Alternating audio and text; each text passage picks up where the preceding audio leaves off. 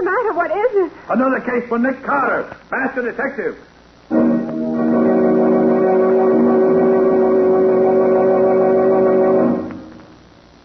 Yes, it's another case for that most famous of all manhunters, the detective whose ability at solving crime is unequaled in the history of detective fiction. Nick Carter, Master Detective. Tonight's curious adventure... Death After Dark. For Nick Carter and the mystery of the vampire killings.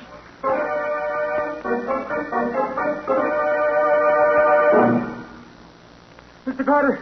Mr. Carter! I've got to talk to you. Something has happened. To you? Well, yes.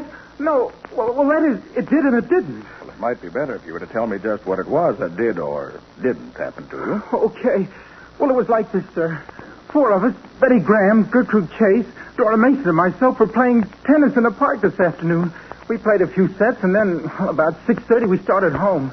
But just as we got to the park gate, Dora suddenly discovered that she'd left her racket in the court. I offered to go get it for her, but she started after it herself. The rest of us sat down on the bench to wait for her. After about 10 minutes, Gertrude suddenly got up, said something about going to meet Dora, and then started up the same path as Dora had done. Betty and I sat on the bench talking and waiting for them until suddenly we began to realize it was getting quite dark. All at once, Betty said what was on my mind. I don't like this, Phil. The tennis court is only about 5 minutes' walk from here. They should have been back before this. Yes, I know. I was thinking the same thing. What do you suppose could be keeping them?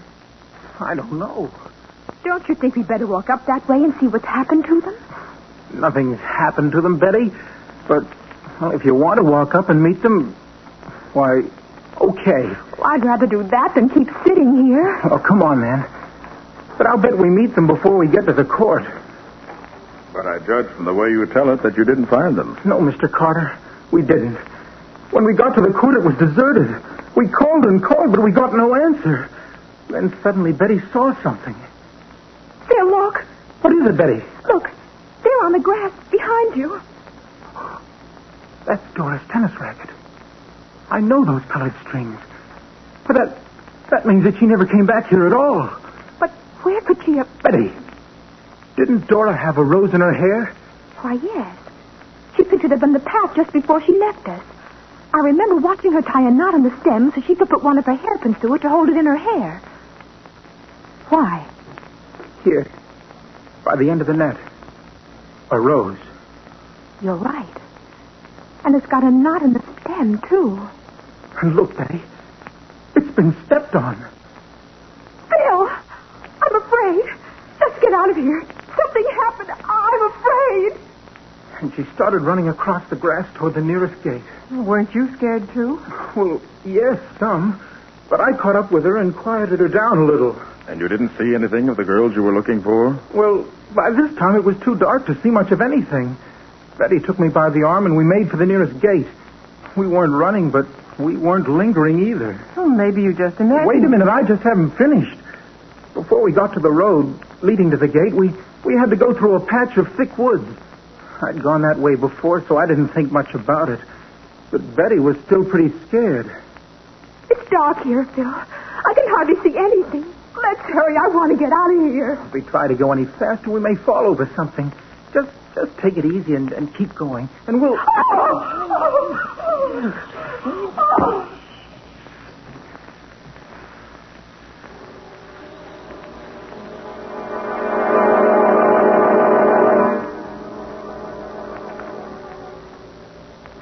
Well, Phil, what did happen? That's just the point, Nick. I don't know. When I regained consciousness, a couple of minutes later, one of the park guards was bending over me, and another was trying to bring Betty back to her senses. And you have no idea what actually did happen? No, Nick. No idea at all. Except that a lot of creatures seemed to drop down on us from out of the trees. You say creatures. Why do you use that word? Why, well, that word seems just to be about the only word to use. You couldn't see them at all? No. It was so dark. I could only see that there were a lot of dark forms around me. The thought flashed through my mind that we'd been attacked by a band of boy robbers. And they didn't say anything? No exclamations or anything? No, Nick. Nothing. Not a word. The only sounds I remember are a sort of hissing. It sounded like a lot of snakes. Then I got a blow on the back of my neck and it knocked me senseless. And what happened to Betty? She'd been doped. She said something had been put over her nose. Something that felt like a piece of burlap and smelled sweet. Then she lost consciousness. After the guards brought her to, I took her home and left her there. As far as I know, she was unharmed, except that she was almost hysterical. What about the other girls, the ones who played tennis with you? Did they turn up later? No. I called both of them on the phone, but neither of them were home. And they hadn't been home since they were out with us. And our first job was to tell the girls' parents what we can and get their permission to take charge of the investigation. Then we'll start our investigating in the park.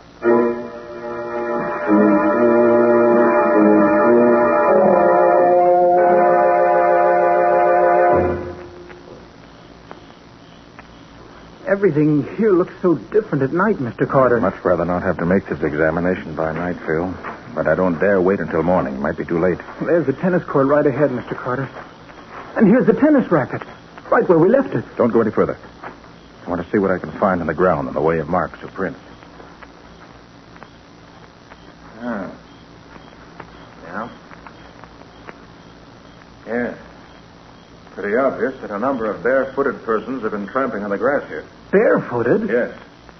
I found one pretty clear impression of a complete foot. Looks about the size of a 10-year-old boy. Yes, there are lots of prints here. Well, do you think they could be the prints Phil. of... Come here. What is it? Have you found... Now, take it easy, Phil. Take it easy. Look here. Dora Mason. Is she... Yes, Phil. She's dead. Poor Dora.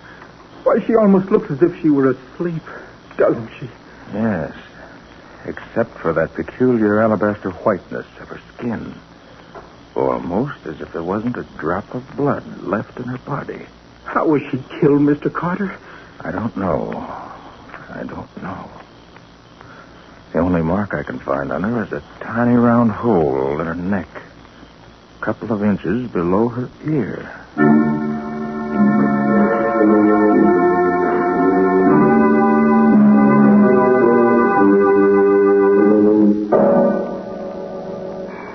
Well, it's pretty late, but I guess he'll forgive us when he knows why we've come. He may be in bed by now. I'm sorry if he is, but I can't let it go until tomorrow. I must find out tonight. Yeah? Oh, hello, Phil. What's up? This is Mr. Carter, Ed. He wants to hear the story about you and Ethel, how you were attacked in the park last week. Are you trying to kid me? No, Ed, we're quite serious. Phil and the girl who was with him were attacked in the same way this evening. The girl was killed. What? Who was she? Dora Mason. Dora? Gee, that's tough. Well, come in, won't you? Sure. Ed, we're afraid Gertrude Chase has been killed, too. Hey, what is this, a gang war? Did you think it was gangsters who attacked you, Ed? No, I didn't know what they were. They might have been small men or they might have been boys. How many were there? I should say maybe a dozen. I don't know. I couldn't see them. They seemed to drop down out of the trees. They were so quiet I thought maybe they weren't human. Not human? How do you mean? The only noise I heard was a sort of hissing. Hissing? When you were fighting them, did you hit any of them? Sure, lots of them. What did they feel like? They were small, not very strong. And they weren't dressed in regular clothes. I don't know what they had on, but it wasn't our kind of clothes. What did they do to you? They swarmed all over us. We both yelled for help, and then they put a piece of burlap over my face, which covered my eyes and nose. It smelled funny, made me dizzy. Then they knocked me out. How about the girl? Grabbed hold of her and put the same kind of cloth over her face. She said hers had a strange odor, sort of like oranges. It made her unconscious. But it didn't last long. Some park guards heard us, and the things disappeared as they came up. Were either of you hurt? I wasn't, but Ethel, the girl who was with me, was wounded in the throat. Hear that, Mr. Carter? Easy, Phil, easy. Ed, what was the wound? It was a little hole in her neck, about 2.5 inches below her ear. And this is the thing that wounded her. Good boy, Ed. Now we're getting somewhere. May I keep this? Well, of course, Mr. Carter. Does it help you? It does indeed. This is our first real step forward.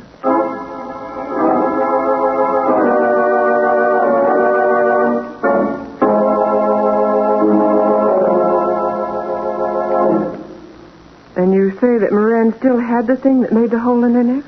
Yes, Patsy. It was a wicked little instrument. Scubby took it up to one of the medical supply houses to see if they could tell us anything about it. Well, what does it look like, Nick? Well, it's about 3.5 inches long, I should say. Mm-hmm. About half that distance. It's the size of a lead pencil. Then it tapers down to a needle point. Mm-hmm. But just before you reach the point, there's a small swelling, like a little bulb, about 1/4 inch long. Well, what's the idea of that? Well, if I'm not mistaken, once the point of this instrument has been stuck in the flesh, the little bulb holds it there so it won't come loose. You know, something like the barb in a spear. In fact, that's how Moran happened to have this one. After he and his girlfriend had been attacked by these things, they found this still hanging in the flesh of her neck. Oh. Through the center of this needle is a hole, about the size of a hair at one end and slightly larger at the other. Well, what is this gadget used for, Nick? Injecting something into the blood? No, Patsy, I don't think so. I feel sure it was used for taking something out. Oh. Well, did you see that early this morning the police found the body of the other girl who was with Phil yesterday? Yes, I know. And she died exactly the same way Dora did. Patsy, the thing that puzzles me about this whole thing is this. The killers don't act like human beings, and yet they must be. Nick, this couldn't be a sort of repetition of Edgar Allan Poe's story, Murders in the Rue Morgue, could it? No, Patsy. There are no monkeys or apes in this. Killers must be human beings. Unless... Unless what, Patsy? Well, there's one very obvious idea suggested by the fact that each body had a hole in the throat and that each body was practically drained of blood. That's true. Particularly as there was no blood found on the ground near the bodies. Well, that's just what I mean. It certainly suggests... I mean, you can't help thinking of... Well... Vampires? Isn't that what you mean? Well, yes. Of course I don't... Patsy, what is a vampire, actually? Why, it's a sort of huge bat which kills its victims by sucking the blood from their throats. Mm-hmm. And have they ever been known to attack men? Why, I don't think so, except in stories. Could a bat leave footprints like a 10-year-old boy? Of course not. Bats have claws. Well? I know it's silly, Nick. I don't believe in them. I know there are no such things. It's just that... I know, Patsy. It's just that it looks so very much like what we've heard about vampires that it's an easy, if impossible, solution. But, Nick, these girls were murdered, so there must be an answer. Of course, Patsy, of course. But I refuse to believe in the supernatural. I feel sure that the answer must be that somewhere there exists a sect or creed that uses human blood in its rituals, religious or otherwise. You think the blood is the answer, not the killings? I do. I feel certain, Patsy, that these girls were not, in the strict sense of the word, murdered. Not murdered? No, Patsy. They died because, for some reason, the blood was drawn out of their bodies.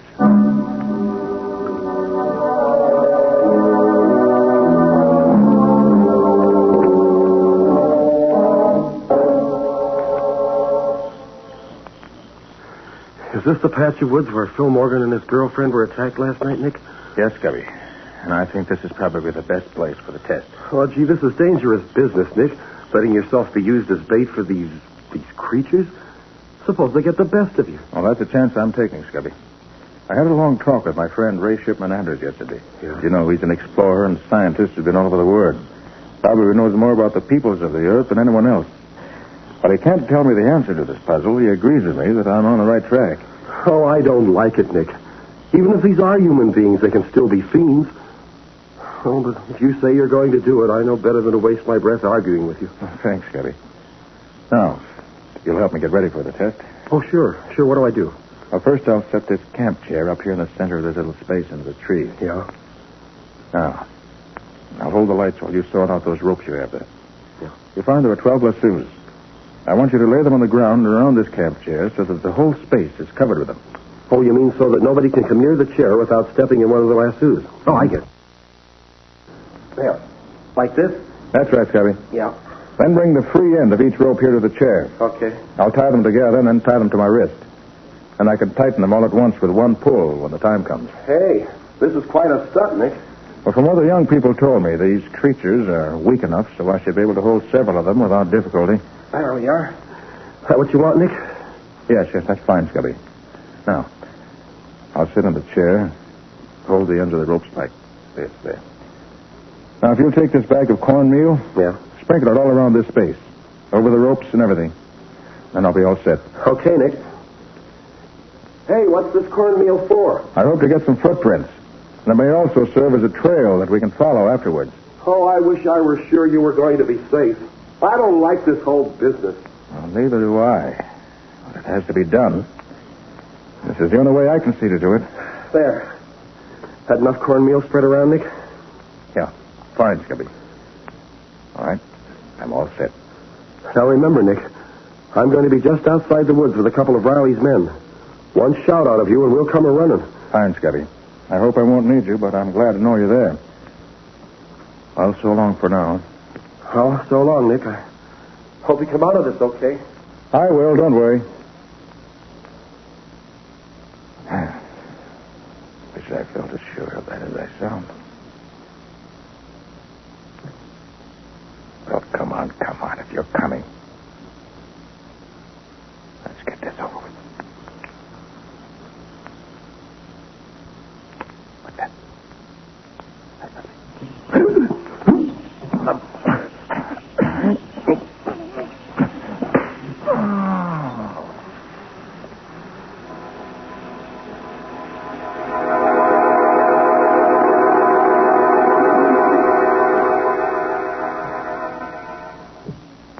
But what really did happen?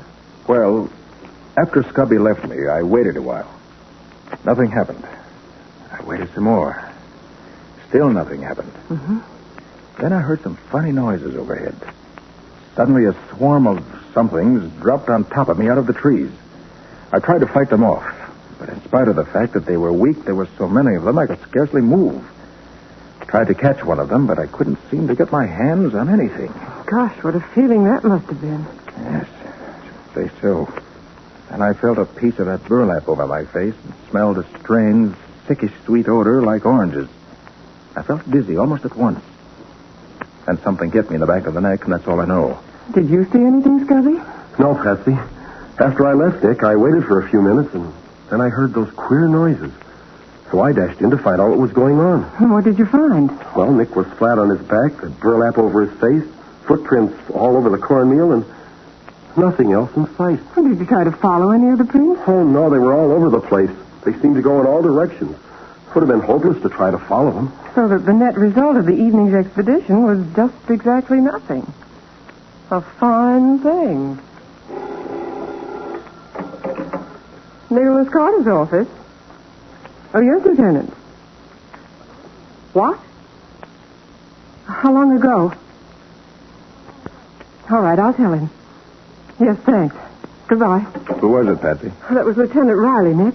He said that they just found a third girl in the park, murdered in the same way as the others.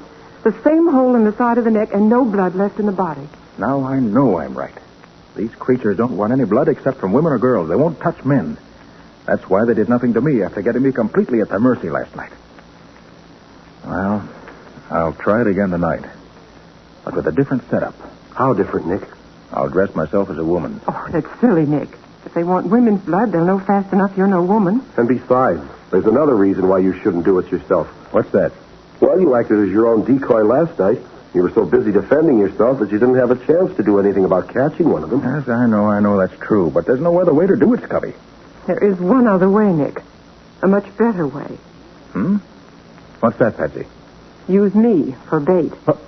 Nothing doing, Patsy. You think I'm going to risk your life? Well, you risked your own life. I'm no better than you are. Well, that's different. No, Patsy, I won't let you, and that's final. It's not final, Nick. 3 girls have been killed already, and 2 others attacked. If I can help put an end to these killings by serving as bait for these awful things, I want to do it. But, Patsy, you... No, Nick. No buts about it. I want to do it. Patsy, Nick, you've just got to say yes. I'm serious.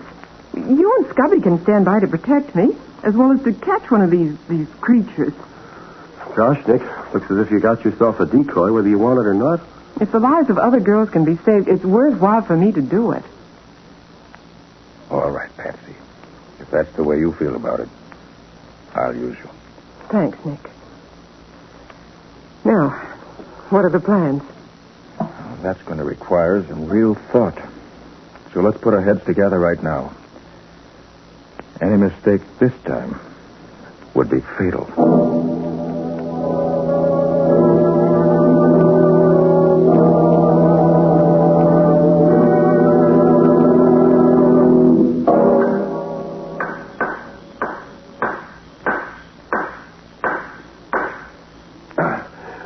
There. That's the last of the stakes you wanted, Nick. Good work, Scubby. Now we'll fasten 6 traps to each of the 4 stakes with this heavy wire. That'll keep them from dragging the traps away once they're caught in them. Well, won't the traps break their legs, Nick? No, Patsy, I think not. They're just about strong enough to clamp firmly on their ankles and keep them from getting loose without breaking any bones. Okay. And with the 24 traps in a double circle around you, one of them's bound to get something. How far away are you and Scubby going to be? Right at the edge of these woods, Patsy, only about 100 feet away. Mm-hmm. You don't think our being here will scare them off, do you, Nick? Well, your being around where I was last night didn't keep them away, did it? No, it didn't. You know, I don't think they're afraid of anything. They take what they want when they want it. And I'm going to be close enough so that I can reach Patsy and nothing flat when the time comes. There. Well, that takes care of all the traps, Nick. Now, anything else? No, I guess that's all. Now we'll just have to wait. Nick? Yes, Patsy? There's just one thing that scares me a little. Listen, Patsy, if you'd rather not... No, Nick, no. Listen, what if one of those things should get that piece of burlap over my face before I could scream and let you know that they're here? How would you know I needed help? I've already thought of that, Patsy. And here's what I want you to do. Uh-huh. As soon as we leave you, start talking quietly to yourself. Recite poems. Tell yourself stories. Anything you want. But don't stop talking no matter what silly things you may have to say. Then, if for any reason at all we do hear you stop talking, we'll come rushing in after you.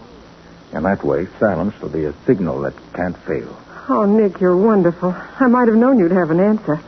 I feel better already. Anything else, Patsy? Anything at all? No, Nick. I'll be all right. The center of a circle of traps. I've got one of the watchman's big electric lanterns with me. And the instant we hear you scream or hear you stop talking, we'll turn the light on. Okay, Nick. You leaving now? Yes. Yes, we'll be going now. Good luck, Patsy. So long, kid. Have fun. So long. And I hope it will be fun. Better start talking, Patsy. Okay, Nick. Well, this is it. The sun that brief December day rose cheerless over hills of gray, and darkly circling gave at noon a sadder light than waning moon.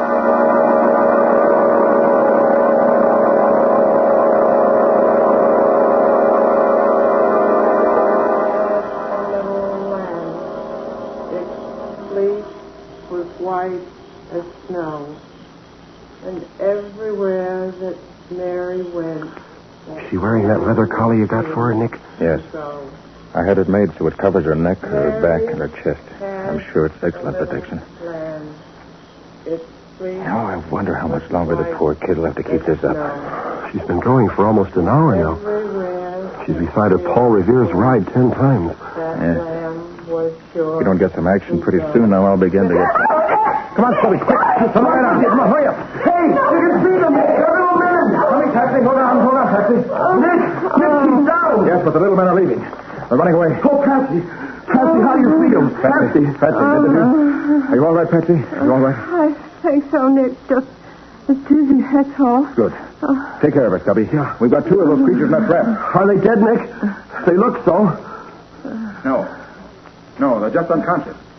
The treatment was too rough for them, maybe. Well, what are they? Can you tell? They look like little men. That's all I can tell now. Some sort of pygmies, obviously. Members of one of the yellow Asiatic races, I should say. Well, Patsy, What you've done has solved the case. How do you feel now? All right, I guess. Now, then let's get back to the office. We'll phone my scientist friend to meet us there. Between us, we ought to be able to find out what this is all about.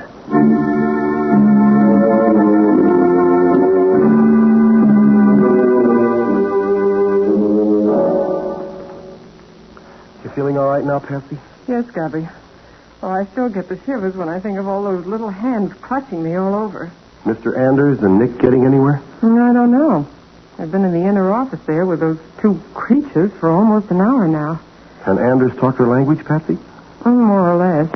Nick says they speak a dialect that is some variation of an East Asiatic tongue. Anders knows one that is close enough so that he can talk to them.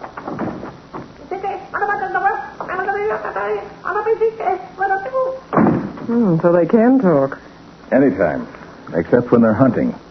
Well, Nick, what's it all about? Did you get anything out of them, Nick? Well, it turns out that they're not men, but women. Women who belong to some tribe on the outskirts of China. Call themselves Tuks. There are 100 tribes in those deserts we know nothing about. This tribe of Tuk must be one of them. Oh, did you find out why they killed those girls? Well, Mr. Anders here knows more about that than I do.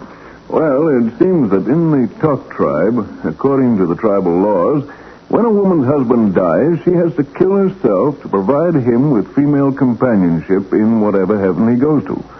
Now, the only way she can avoid this is to draw the blood from a female animal and sacrifice it to her husband. This he'll accept instead of her. And it must be done within 6 months after his death. But these women being here in the city couldn't get any animals, so they had to use these girls instead. As far as they were concerned, it made no difference. Any female animal would do for them. There were several widows in the group, and the end of 6 months' time was drawing near, so they had to work fast. They didn't want to hurt the girls, but they had to have the blood for the sacrifice. But what are they doing here in this country if they come from somewhere over in East Asia?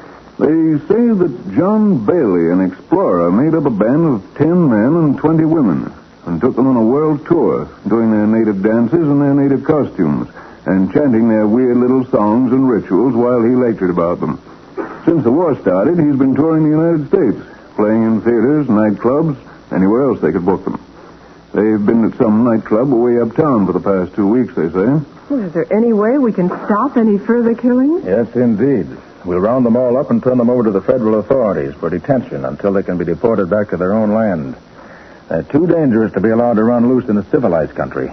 Nick and I think we owe you a debt of gratitude, Miss Bowen, for what you've done. It was nothing. I was glad to do it. Well, the women and children who want to use the park wouldn't call it nothing, Patsy. But I didn't do it for them, Nick. I did it for you.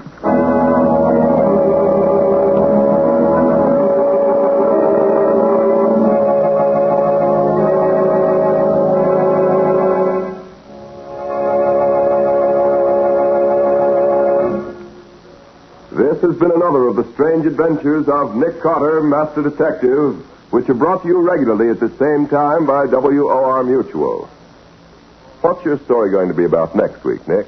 Instead of a preview of next week's story, I want to talk seriously for a moment about a problem that confronts every owner and driver of an automobile today. The gasoline black market.